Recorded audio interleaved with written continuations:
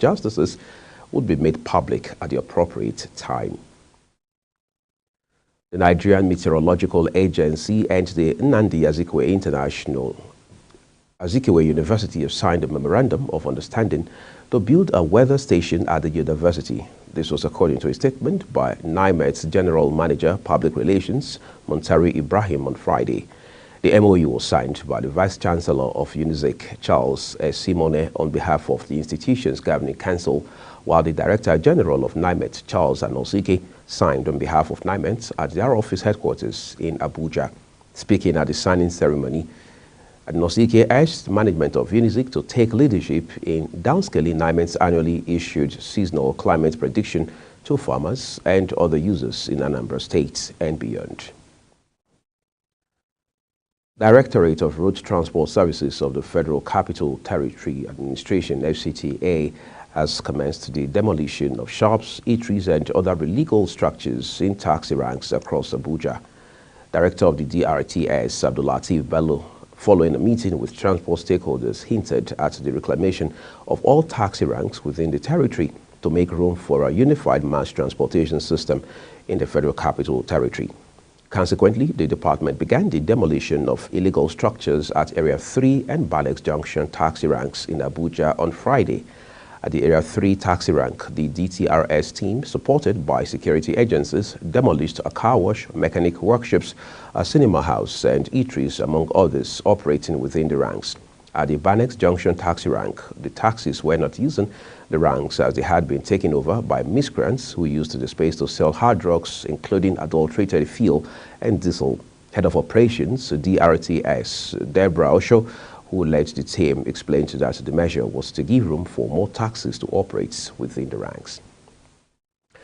Suspended Minister of Humanitarian Affairs and Disaster Management, Betta Edu, may not return to office. Special Advisor, Media and Publicity to President Bola Tinubu, Ajuri Ngalali, disclosed this in a statement that the action of the president was in line with his avowed commitment to uphold what he described as the highest standards of integrity and accountability.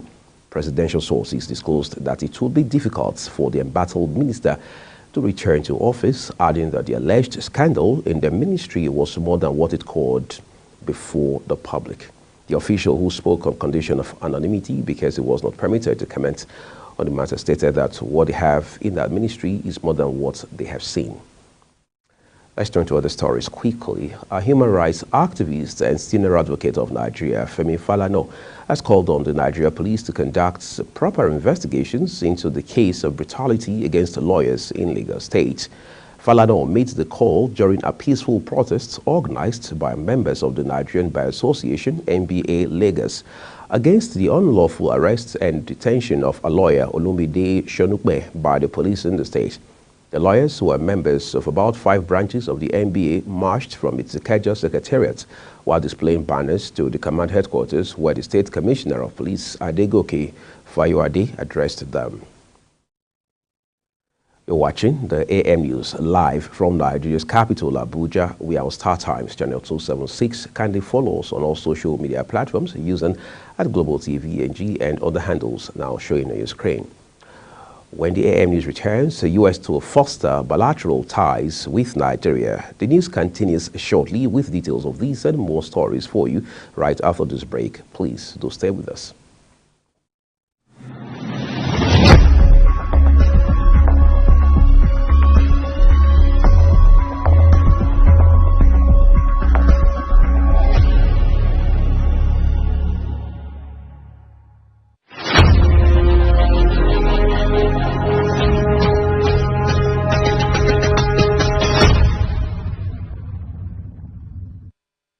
This is Global Television, bringing you live broadcast of the Global AM News. Thank you for staying with us.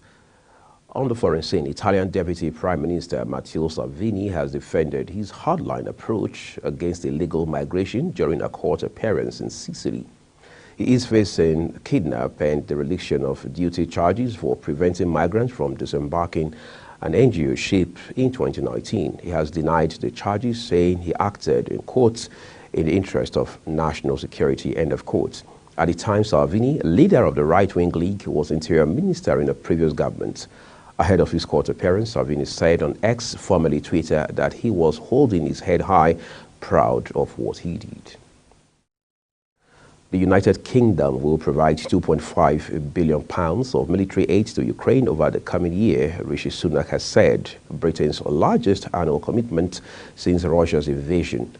The Prime Minister made the announcement during a rare visit to the country, where he will also sign a new agreement supporting its long-term security.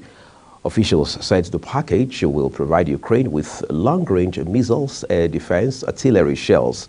Some £200 million will be spent on drones, most of which will be UK-made. Officials said the military package for the next financial year, beginning in April, will result in the largest delivery of drones to Ukraine by any country. Significantly, the Prime Minister has decided not to make a financial commitment lasting several years. Let's turn to the United States now, where Marine Corps has assured Nigeria of strengthening the bilateral cooperation between both countries.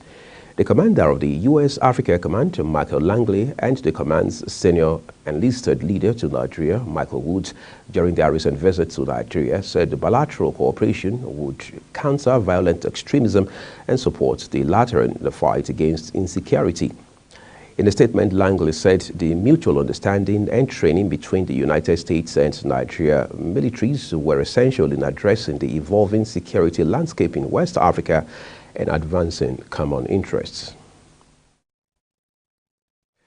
And in business, Dangote Petroleum Refinery has commenced production of diesel and aviation fuel. However, the refinery has yet to produce premium motor spirits, popularly known as petrol. Chief Branding and Communications Officer of Dangote Group, Anthony Chejina, had late on Friday confirmed the commencement of operations. In a statement in the early hours of Saturday, the Dangote Group clarified that it has commenced production of diesel and aviation fuel. Minister of Trade, Industry and Investments in Nigeria, Doris Uzoka-Anite, has underscored the federal government's commitment to bolstering the private sector as a key driver for job creation and economic development. The minister stated this at a strategic meeting with Ogun State Governor Prince Dakbo Abiodun as part of his tour to industries, where she emphasized the federal government's support for the state, highlighting the importance of gathering feedback to enhance nationwide industrialization. In his reaction, the governor expressed his vision of leveraging the state's proximity to Lagos to foster a conducive environment for public-private partnerships. Let's turn to sports now. Victor Osimhen will enjoy extra support from some Napoli fans who are in Côte d'Ivoire to give him maximum support at the 2023 Africa Cup of Nations, which kicks off on Saturday. Some fans of the Serie A champions have traced him to the Ivorian capital and were spotted at the Super Eagles campsite, the five-star Pullman Hotel, earlier yesterday, exchanging pleasantries with Osimhen, who is expected to lead the line for the three-time African champions at the Continental Football Showpiece. Beyond Africa, Pep Guardiola has disclosed that Manchester City's injured striker Erling Haaland is expected to remain sidelined until the end of January. Haaland has been absent from the team for the past 8 games due to a foot injury suffered in early December, posing a significant challenge to City's quest for retaining the Premier League title. Initially hopeful for an early return in the year, Guardiola acknowledged that Haaland's recovery is more complicated than anticipated. The 23-year-old has yet to resume full training, raising concerns for City. And as it's on AM News, and it came to you live from Nigeria's capital, Abuja. We're on Star Times, channel 276. Kindly follow us across all social media platforms using @Global TV NG and other handles now showing on your screen. And we are Mofwebe thanking you very specially for watching. I'll see you again.